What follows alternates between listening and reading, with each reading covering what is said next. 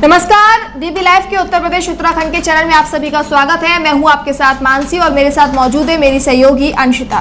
दोस्तों, इस वक्त यूपी में उपचुनाव को लेकर सियासी पारा हाई है। उपचुनाव को लेकर तमाम पार्टी के नेता जो है चुनाव प्रचार कर रहे हैं। इसी कड़ी में समाजवादी पार्टी के प्रमुख अखिलेश यादव इस समय अलीगढ़ के खैर में है, जहां पर वो प्रत्याशी के लिए प्रचार कर रहे हैं। तो सबसे पहले हम आपको क्या मुद्दे उस पर बात करेंगे, लेकिन उससे पहले आपको दिखा देते हैं कि समाजवादी पार्टी की अखिलेश यादव की जो है रैली अलीगढ़ में चल रही है। उसको आप एक बार देख लीजिए, वहां क्या कुछ कह रहे हैं अखिलेश यादव। विकल्प आया तो मैंने अधिकारियों से कहा कि अगर शिक्षकों की भर्ती और नौकरी इस तरीके से मिलती है कि उनके 10वें 12वें और जो पढ़ाई की उसके नंबर जोड़ करके मेरिट के आधार पर नौकरी मिल जाती है, शिक्षक की, टीचर्स की नौकरी मिल जाती थी, तो हमारी पुलिस की नौकरी क्यों नहीं मिल सकती है। और मुझे याद है, न पेपर लीक का झगड़ा, न किसी बात का, हम लोगों ने एक साथ 32,000 नौजवानों को नौकरी दे करके उनका भविष्य बनाने का काम किया था। वो लोग 10वां 12वां पास और दौड़ करके फिजिकल दिखाया था और तमाम नौजवानों को नौकरी मिल गई थी। और ये जो परीक्षा करा रहे हैं, ये ऐसी परीक्षा करा रहे हैं कि परीक्षा केंद्र में ही नहीं पहुंच पाओ पहले तो आप, और अगर परीक्षा केंद्र में पहुंच गए तो ऐसे सवाल पूछे जाएंगे जिनका उत्तर किसी गाइड में भी नहीं है। आप पता करवा लीजिए, 30% नौजवान परीक्षा केंद्र में नहीं पहुंच पाए।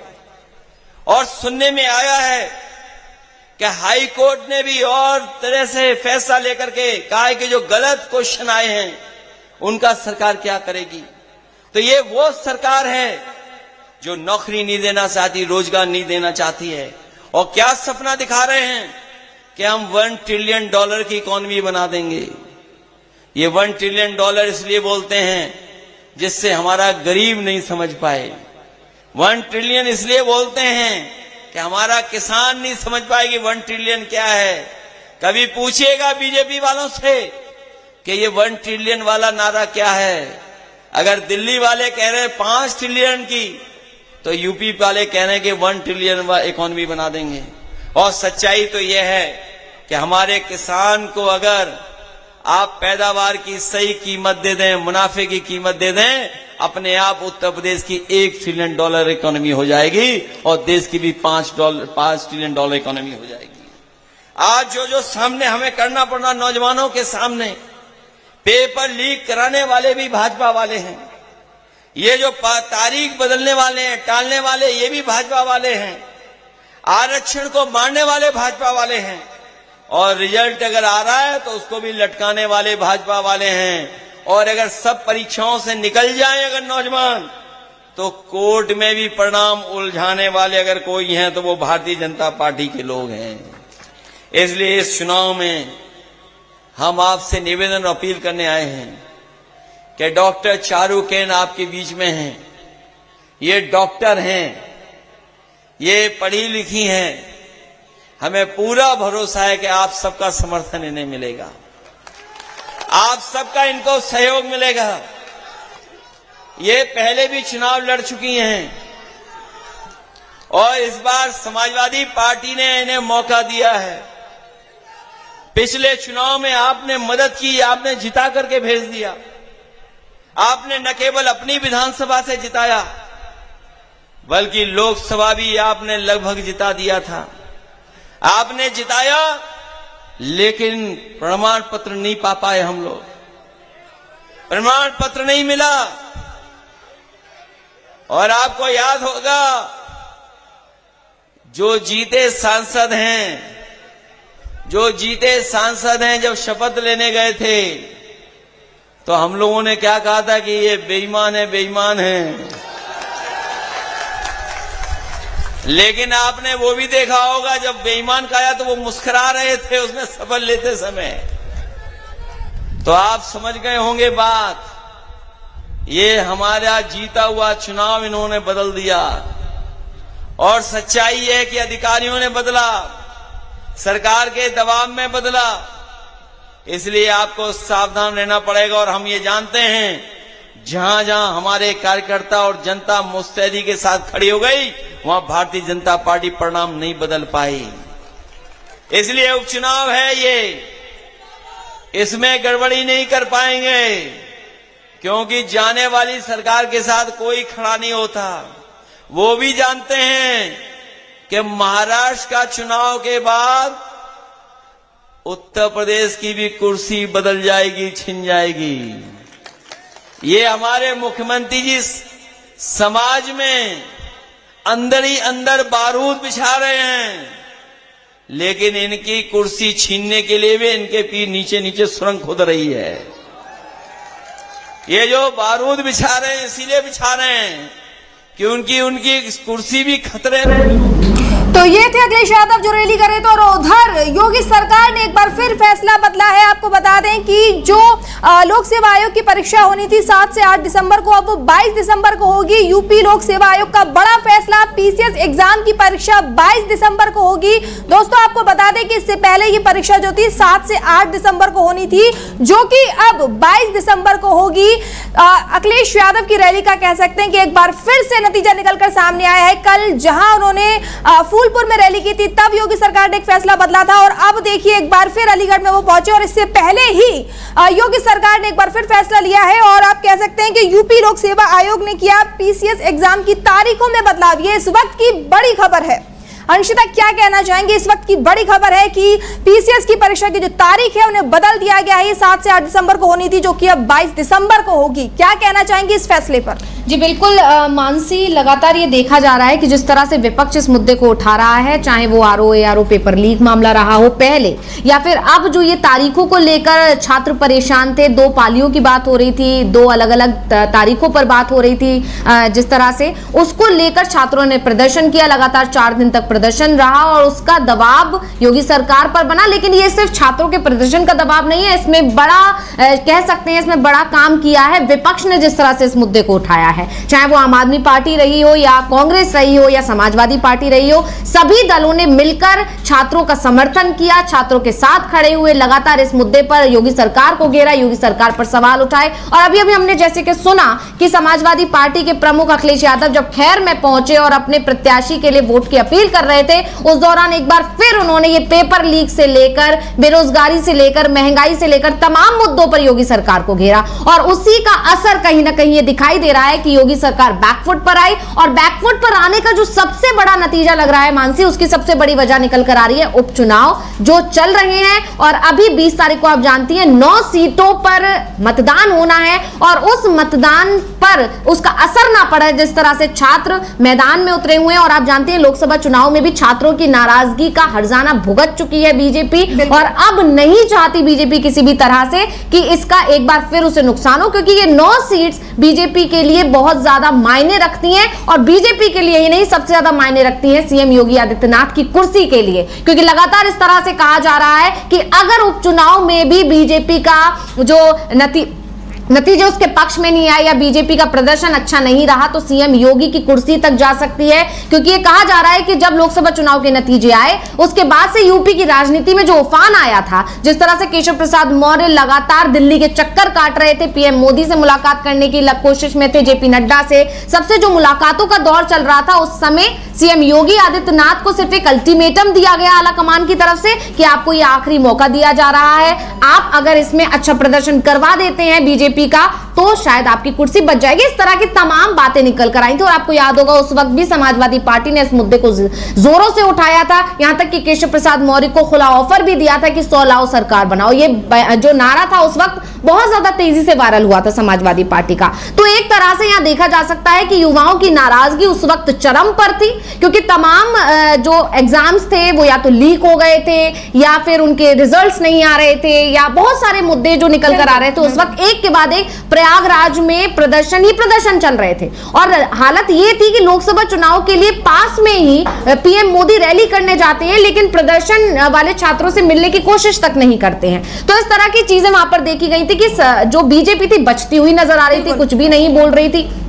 और अब जब उसका नतीजा क्या हुआ, उसका नतीजा ये हुआ मानसी कि लोकसभा में बहुत बुरी स्थिति हो गई यूपी में, और उसी का नतीजा ये रहा कि बीजेपी बहुमत नहीं टच कर पाई, क्योंकि आप सभी जानते हैं कि यूपी से ही होकर गुजरता है दिल्ली का रास्ता। ऐसा कहा जाता है कि लखनऊ से ही तय होती है कि वहां गद्दी पर कौन बैठेगा। तो ये सारी चीजें यहाँ पर देखी गई, और ऐसे में अब बीजेपी किसी हालत में नहीं चाहती है कि उपचुनाव में भी वही हो, और यही एक वजह है कि जब आम आदमी पार्टी, समाजवादी पार्टी, कांग्रेस ने उस मुद्दे को जोर शोर से उठाया, और आम आदमी पार्टी ने तो वन नेशन वन इलेक्शन तक की बात कर दी यहाँ पर कि आप वन नेशन वन इलेक्शन की बात करते हैं, लेकिन आपसे एक एग्जाम एक दिन में नहीं हो पा रहा है, एक पाली में नहीं हो पा रहा है, इस तरह से घेरा। वहीं अखिलेश यादव की अगर हम बात करें तो वो इस मुद्दे को बार बार उठा रहे हैं, और अभी जब खैर में वो बोल रहे थे तब भी उन्होंने कहा कि ये सरकार सिर्फ पेपर लीक करवाती है, ये सरकार अगर पेपर एक तरह से करवा भी दे तो उसमें कोई ना कोई अड़बंगा लगवा देती है, या कोर्ट में मामला पहुंच जाता है तो फैसले इस तरह के आ जाते हैं कि फिर छात्रों को नौकरी नहीं मिल पाती है। तो सारा जो ये षड्यंत्र है या जो साजिश है, इसके पीछे सिर्फ यही एक मकसद है कि युवाओं को नौकरियां देने के लिए है नहीं होगी सरकार के पास, और इसलिए उस वादे को क्योंकि वो पूरा नहीं कर सकती, इसलिए किसी ना किसी तरह से पेपर नहीं होने देती, और ये नहीं होने देती है कि युवा नौकरी मांगने वहां पहुंच जाएं। तो इस वजह से यहां पर एक बार फिर जब अखिलेश यादव या कांग्रेस या दूसरे तमाम विपक्षी दल इस मुद्दे को जोर शोर से उठा रहे हैं, उसका नुकसान होता हुआ बीजेपी को दिखाई दे रहा है, और यही एक बड़ी वजह है कि बीजेपी बैकफुट पर है, योगी सरकार बैकफुट पर है, और लगातार एक के बाद एक कल से ही योगी सरकार एक तरह से घुटने टेकते हुए नजर आ रही है। बिल्कुल सही कहा अंशिता आपने कि योगी सरकार जो है बैकफुट पर नजर आ रही है यूपी में, और कहीं ना कहीं आला कमान ने भी उनको अल्टीमेटम दे दिया था कि लोकसभा चुनाव के बाद अगर उपचुनाव में भी अगर ऐसा कुछ होता है तो उनकी कुर्सी जा सकती है। और यही दावा कल फूलपुर में अखिलेश यादव ने फिर किया था कि महाराष्ट्र चुनाव के बाद सीएम योगी की कुर्सी जाएगी, और जिसका डर कहीं ना कहीं देखने को मिला, क्योंकि छात्रों का जो प्रदर्शन है लगातार बढ़ता ही जा रहा था। छात्रों ने सीधे कह दिया था अगर की मांगे नहीं मानी जाएंगी तो वो नहीं हटेंगे। हालांकि उन्होंने योगी सरकार ने लोकसभा आयोग से बात की और उसके बाद उनकी मांगों को पूरा करने को कहा, लेकिन उसमें भी सरकार ने कहीं ना कहीं साजिश रच दी और उन्होंने उनकी पूरी मांगों को नहीं माना। उन्होंने आरओ और एआरओ की जो परीक्षा है जो 2 पारी में कराने की बात कही गई थी उसको लेकर उन्होंने कहा कि हम कमेटी बनाएंगे और उसकी फिर प्रस्ताव पेश किया जाएगा। मतलब उस पर उन्होंने अपनी जो तरफ से जो फैसला था वो साफ नहीं किया, जिससे नाराज छात्र अभी भी प्रदर्शन कर रहे हैं। और इस प्रदर्शन को लेकर आज फिर अखिलेश यादव ने योगी सरकार को आड़े हाथों लेते हुए इसका मुद्दा उठाया है और उन्होंने कहा कि कहीं अभी तो आंदोलन जो है कि छात्र बैठकर कर रहे हैं, कुछ दिनों बाद अगर उनकी मांगे नहीं मानी गई तो छात्र सड़कों पर भी और भी जगह पूरे यूपी में ये प्रदर्शन हो जाएगा। और जिसका समर्थन उन्होंने कहा कि समाजवादी पार्टी करेगी, उनकी मांगों को सुनेगी। तो अंशिता मैं आपसे पूछना चाहूंगी कि कल क्या हुआ था और आज जो है फिर से जो प्रदर्शन है जो जारी है, इस पर थोड़ा अपडेट हमारे दर्शकों को बताइए। तो मैं आपको बता दूं कि जैसे कि छात्र लगातार 4 दिन तक जब प्रदर्शन कर रहे थे तो चौथा दिन जब आया शाम होते होते, क्योंकि उससे पहले मामला इतना ज्यादा बिगड़ गया था मानसी कि लाठीचार्ज पुलिस के साथ, पुलिस के ऊपर ये आरोप लगे कि बदसलूकी की गई है, यहाँ तक कि कुछ छात्राओं के साथ बेरहमी से भी पेश आई पुलिस, उसकी कई फुटेज सामने आई। एक विकलांग छात्रा थी जिसकी बैसाखी तक छीन ली गई, इसकी तस्वीरें सामने आई। मतलब बहुत ही ज्यादा ऐसी तस्वीरें थी जिसने सोचने पे मजबूर कर दिया कि पुलिस किस तरह से, और अखिलेश यादव ने उस पर लगातार प्रतिक्रिया दी, बयान भी दिया, ट्वीट भी किया, इस मुद्दे को जोर शोर से उठाया। और इसका असर ये हुआ कि आखिरकार योगी सरकार को घुटने टेकने पड़े और शाम तक आते आते खबर ये आ गई कि लोक सेवा आयोग पीसीएस की प्री परीक्षा एक ही दिन कराने का उसने फैसला ले लिया और पेपर को पुराने ही तरीके से आयोजित किया जाएगा, ये भी कह दिया गया। लेकिन आयोग ने ये भी इसके साथ कहा, ये भी माना कि नॉर्मलाइजेशन का जो फॉर्मूला था वो भी लागू नहीं होगा, यानी छात्रों की ये मांगे तो पूरी कर दी गई। आरओ और एआरओ के पेपर को भी स्थगित करने का फैसला ले लिया, लेकिन इसके बाद भी छात्र अभी भी धरने पर बैठे हुए। तो कई लोगों के मन में ये सवाल है कि आखिर अब क्या रह गया है। तो मैं आपको बता दूं कि कई रिपोर्ट्स जो दावा कर रही हैं उसके मुताबिक छात्रों का कहना है कि भर्ती परीक्षा को लेकर उनकी मांगे अभी भी अधूरी हैं। उन्होंने कहा है कि सरकार ने पीसीएस परीक्षा के लिए तो 1 डे 1 शिफ्ट कर दिया, लेकिन आरओ एआरओ परीक्षा के बारे में कमेटी बनाने की बात कही थी, इसको लेकर ही वो लोग अभी तक प्रदर्शन कर रहे थे। ये कमेटी कैसी होगी और एग्जाम कितनी शिफ्ट में होगा ये बात भी अभी तक क्लियर नहीं की थी। यानी कहीं ना कहीं पेच फंसाया था योगी सरकार ने, जो छात्रों की बातों से साफ निकल कर आ रहा है। छात्रों ने कहा था कि सरकार पहले ये साफ करे कि कमेटी क्या तय करेगी, और जब तक डिमांड पूरी नहीं हो जाती तब तक धरना प्रदर्शन पर छात्र ऐसे ही डटे रहेंगे। यानी ये साफ है कि छात्रों की मांगे पूरी तरह नहीं मांगी गई थी, और लेकिन छात्र अब योगी सरकार की जो चालाकी थी उसे समझ गए, ऐसा अब कहा जा रहा है विपक्ष की तरफ से कि योगी सरकार ने छात्रों को जो बहलाने की कोशिश की थी, फुसलाने की कोशिश की थी, वो छात्र उसकी बातों में नहीं आए, और इसी का नतीजा रहा कि छात्र लगातार अपनी मांगों पर डटे हुए, और इसे माना जा रहा है कि एक के बाद एक योगी सरकार को अपने फैसले पलटने पड़ेंगे। और इसका ताजा नतीजा, ताजा उदाहरण जो है वो यही है कि अभी पीसीएस की जो परीक्षा थी उसकी तारीख में भी अब बदलाव कर दिया गया। 2 दिन में होनी थी ये परीक्षा, 7 से 8 दिसंबर को होनी थी, लेकिन अब 22 दिसंबर की तारीख तय कर दी गई, यानी एक ही दिन में परीक्षा हो रही है। ये एक बड़ी खबर है इस वक्त की, और इससे पता चल रहा है कि योगी सरकार बैकफुट में है, और इसका सबसे बड़ा कारण यही है कि उपचुनाव है और 20 तारीख को मतदान होना है। उससे पहले युवाओं की नाराजगी, बीजेपी सरकार को, योगी सरकार को भारी ना पड़ जाए, उसी से बचने के लिए सब किया जा रहा है। और जैसे कि आप जानते हैं कि फूलपुर में भी जब अखिलेश यादव पहुंचे थे तो बार-बार उन्होंने इस मुद्दे को उठाया था। तो कई चीजों के बारे में उन्होंने वहां बात की थी। तो मैं अपनी टीम से चाहूंगी कि एक सुनाएं या अखिलेश यादव ने क्या कहा। लोकसभा के चुनाव में भी हम लोगों ने आपसे अपील की थी और ये कहा था कि लोकतंत्र खतरे में है, संविधान खतरे में है। वो बात अभी वही है, अभी भी संविधान और लोकतंत्र खतरे में है, क्योंकि ये सरकार न संविधान के हिसाब से चल रही है और न ही उन अधिकारों को लोकतंत्र में जो आम लोगों को मिले हुए हैं उनकी कोई परवाह कर रही है। और इसीलिए आपने देखा है समय समय पर हाई कोर्ट, सुप्रीम कोर्ट सरकार के खिलाफ कोई न कोई फैसला सुनाती है, लेकिन सरकार परवाह नहीं कर रही। हमारा लोकतंत्र और संविधान तभी बचेगा जब लखनऊ से और दिल्ली से भारतीय जनता पार्टी की सरकारों का सफाया होगा। ये दोनों जगह से सरकार हटेगी, तभी जाकर के हमारा ये थे अखिलेश यादव, जिन्होंने कल फूलपुर में बयान दिया था, भाषण दिया था, और उन्होंने बोला था कि वो छात्रों के साथ है और छात्रों के साथ जो किया जा रहा है, यूपी में लगातार कोई भी परीक्षा जो है सही तरीके से नहीं हो पा रही है, या तो पेपर लीक हो जाते हैं या फिर कुछ ना कुछ उसमें गड़बड़ी हो ही जाती है कि यूपी में कोई भी परीक्षा ठीक तरीके से नहीं हो पाती और छात्र जो है प्रदर्शन करने के लिए उतारू हो जाते हैं और सड़कों पर आते हैं। और ये कल उन्होंने बात की थी और उनका ये भी कहना था कि वो कल छात्रों के प्रदर्शन में ना जाएं, इसकी भनक लगते ही उनको डर था। इसके चलते उन्होंने जो है सीएम योगी जो बैकफुट पर आ गए और जो छात्रों की मांग थी उन्हें मानते हुए उन्होंने लोक सेवा आयोग से बात की और छात्रों की मांगों को पूरा करने की बात कही। लेकिन इसमें भी उन्होंने पेच फंसा दिया। उन्होंने आरओ और एआरओ को लेकर अपनी रणनीति साफ नहीं की, उस पर कमेटी बनाने की बात की जिस पर अब फैसला आएगा, ऐसा उन्होंने कहा, जिसको लेकर अब छात्र जो है लगातार प्रदर्शन कर रहे हैं। अंशिता, लगातार जो है यूपी में लगातार जो है पेच फंसता ही जा रहा है, प्रदर्शन को लेकर लगातार ये मामला बढ़ता ही जा रहा है और अखिलेश यादव जो है लगातार हमलावर है। इसी के साथ आपको बता दूं कि जो ये मामला है यूपी पीपीसीएससी का, इसको लेकर जो है आरओ की परीक्षा को लेकर अब ये यूपी तक ही सीमित नहीं रह गया बल्कि देश में भी और भी जगह पर पहुंच चुका है। झारखंड में इस वक्त चुनाव चल रहे हैं तो झारखंड के जो मुख्यमंत्री है हेमंत सोरेन, उनकी भी प्रतिक्रिया सामने आई है और उन्होंने भी तमाम पॉइंट लिखकर एक्स पर पोस्ट कर उन्होंने योगी सरकार से सवाल किए हैं और लिखा है उस पर। तो क्या कुछ लिखा है हेमंत सोरेन ने, अपनी स्क्रीन पर दिखाते हैं आपको। तो 2017 में हेमंत सोरेन लिखते हैं कि मेरे युवा साथियों 2017 में उत्तर प्रदेश में सत्ता में आने के बाद भाजपा सरकार एक परीक्षा पूरी नहीं कर पाई। एक परीक्षा क्यों? बात पर बुलडोजर चला देने वाली सरकार आखिर एक पेपर लीक करने वालों को गिरफ्तार क्यों नहीं कर पाई? आखिर क्यों किसी की 8 साल में सजा नहीं हुई?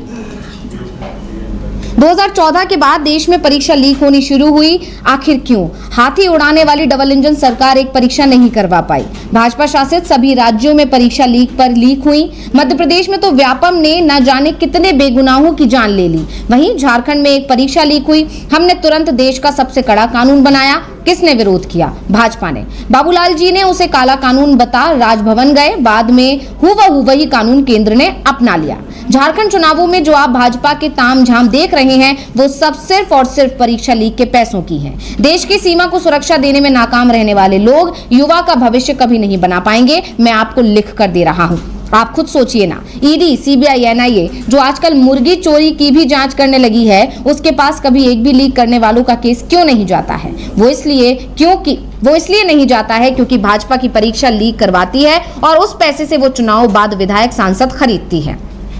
तो यहाँ पर ये सारी चीजें हेमंत सोरेन ने कई मुद्दे उठाए हैं, उन्होंने साफ साफ कई सवाल पूछ लिए हैं। तो ये बिल्कुल बड़ी बात है कि ये मुद्दा अब सिर्फ यूपी तक ही सीमित नहीं रह गया है, दूसरे राज्यों में भी इस पर चर्चा हो रही है। और इसी को लेकर सिर्फ योगी सरकार नहीं गिर रही है, केंद्र की मोदी सरकार भी गिर रही है। मतलब बड़ा आरोप यहाँ हेमंत सोरेन ने लगा दिया है कि खुद पेपर लीक करवाती है बीजेपी, पैसा बनाती है और उस पैसे से दूसरे राज्यों में चुनाव करवाती है, चुनाव में पैसा उड़ाती है। दूसरी चीज, सांसदों को और विधायकों को खरीद फरोख्त का भी काम इसी पैसे से होता है। ये गंभीर आरोप हेमंत सोरेन की तरफ से लगा दिया गया है। मानसी, बिल्कुल, हेमंत सोरेन ने भी इसी पर ट्वीट करके बोला है कि षड्यंत्र रचती है बीजेपी। और यही आज अखिलेश यादव ने भी रैली में इसी चीज का जिक्र किया था। जब हमारी सरकार थी तो भले ही सड़कें टूटी थी, लेकिन उस समय जो युवाओं में एक उत्साह था, युवाओं में एक जोश था कि उन्हें फौज में जाना है। लेकिन अभी इस समय हो क्या रहा है, सड़कें भले ही मजबूत कर दी गई हैं, लेकिन युवाओं के अंदर सरकारी नौकरी हो गई, चाहे फिर वो फौज की भर्ती हो गई,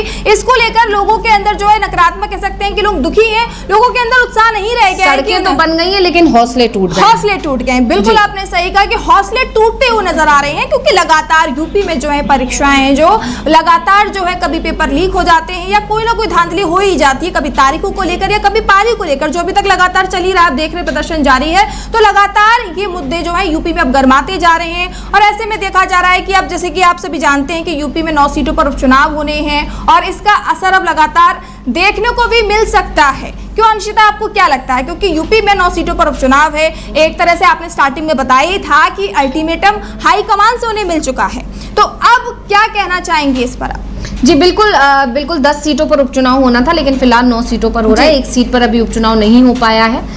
तो यहाँ पर जो 9 सीटें हैं उस पर इसका असर साफ तौर पर दिखाई दे सकता है। और उसका ही गणित अखिलेश यादव ने कल समझाया भी था। मतलब जब ये ARO पेपर वाला जो ये मामला था, 2 शिफ्ट वाला, 2 पाली वाला, ये जो मामला तेजी से गरमाया हुआ था, जब छात्र प्रदर्शन कर रहे थे सड़कों पर, इधर वीडियोज आ रहे थे, फोटोज आ रहे थे छात्रों के साथ किस तरह से पेश आई यूपी पुलिस, ये मुद्दा उठा हुआ था। हालांकि यूपी पुलिस इस पर सफाई देते हुए दिखाई दी कि उसमें असामाजिक तत्व हैं, वो इस तरह का प्रदर्शन करवा रहे हैं, छात्र नहीं कर रहे हैं। तो जब उस पर भी एक सवाल खड़ा हुआ कि अगर आप जानते हैं तो फिर आप छात्रों पर लाठीचार्ज क्यों कर रहे हैं? उन्हें पकड़िए, सिर्फ उन पर ही लाठीचार्ज कीजिए। तो इस तरह की चीजें निकल कर आई। हालांकि उस पर यह कह दिया गया कि जांच चल रही है। ये मतलब साफ तौर पर विपक्ष की तरफ से ये कहा गया कि ये सिर्फ और सिर्फ कहानी बनाई जा रही है और कुछ नहीं है। खैर, इस पर जब विवाद बढ़ा, विपक्ष ने जब इस मुद्दे को तेजी से उठाया, तो नतीजा सरकार बैकफुट पर चली गई। और ये इसके बीच में ही अखिलेश यादव ने एक बाकायदा ट्वीट किया था और उस ट्वीट के जरिए से गणित समझा दिया था कि आप जिन सीट्स, मतलब जिन युवाओं को इस वक्त दरकिनार कर रहे हैं उपचुनाव में, उसका आपको नुकसान भुगतना पड़ेगा।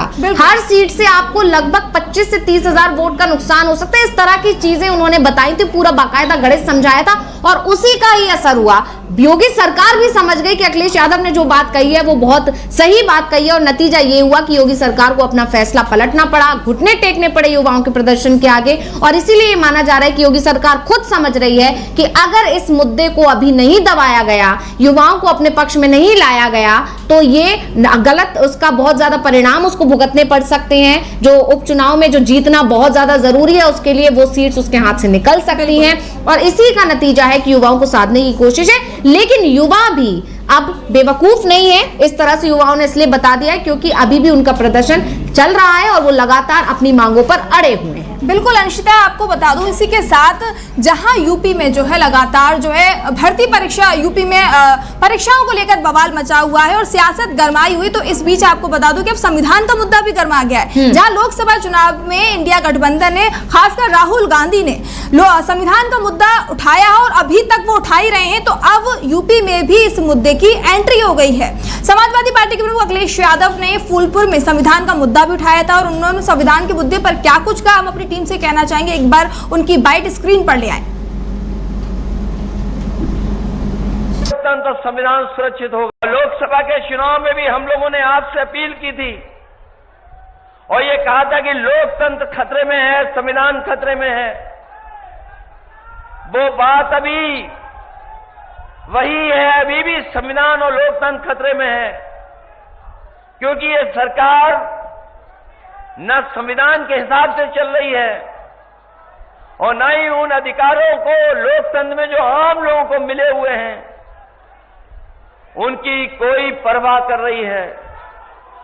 और इसीलिए आपने देखा है समय समय पर हाई कोर्ट, सुप्रीम कोर्ट सरकार के खिलाफ कोई न कोई फैसला सुनाती है, लेकिन सरकार परवाह नहीं कर रही। हमारा लोकतंत्र और संविधान तभी बचेगा जब लखनऊ से और दिल्ली से भारतीय जनता पार्टी की सरकारों का सफाया होगा। ये दोनों जगह से सरकार हटेगी तभी जाकर के हमारा लोकतंत्र और संविधान सुरक्षित होगा। तो ये थे अखिलेश जिन्होंने संविधान के मुद्दे पर भी अब बोल दिया, यानी कि अब यूपी की सियासत में संविधान की भी एंट्री हो चुकी है। जहां रोजगार को लेकर युवा सड़कों पर हैं, तो वहीं अब संविधान की भी एंट्री यूपी की सियासत में हो चुकी है। अखिलेश यादव ने इस पर बयान दिया और ये मुद्दा अब उठा दिया है। क्या कहना चाहेंगी अंशिता? जी बिल्कुल, संविधान का मुद्दा ही लोकसभा चुनाव में बहुत ज्यादा प्रभावी रहा।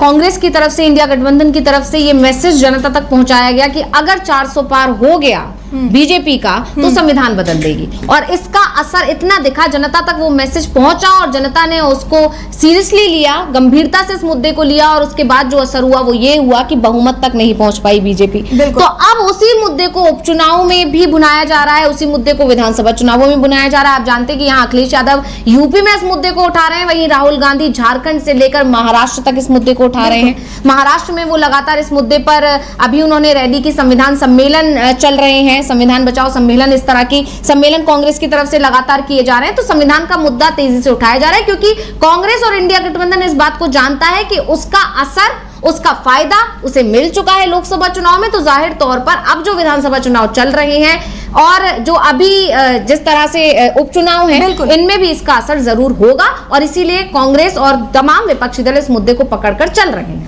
बिल्कुल, बहुत बहुत शुक्रिया अंशिता, आपने तमाम जानकारियां